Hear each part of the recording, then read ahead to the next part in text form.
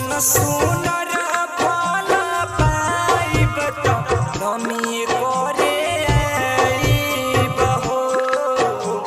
सुधीर मनीष के बोलाई के गीतिया गवाइब हो। सुधीर मनीष के बोलाई के हम गीतिया गवाइब हो। दुर्गा माई की भावना बहल नया जोन बाजोन बाजा बजवाइब हो।